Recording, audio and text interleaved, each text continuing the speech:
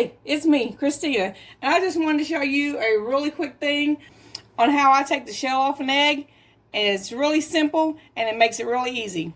First thing you do is tap the egg on your sink. I tap it and then I roll it to gently break it, and then tap each end. When you put it in the water, I learned this trick years ago. You just gently squeeze and you roll it around in the water, and the shell just comes off real easy.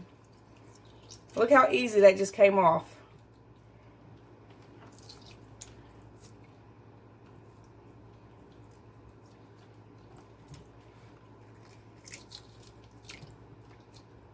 And then it's rinsed at the same time.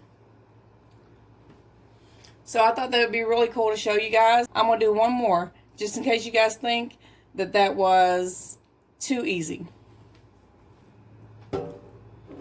Crack your egg, roll it, crack each end, put it under water, barely squeeze it, look, it just comes right off.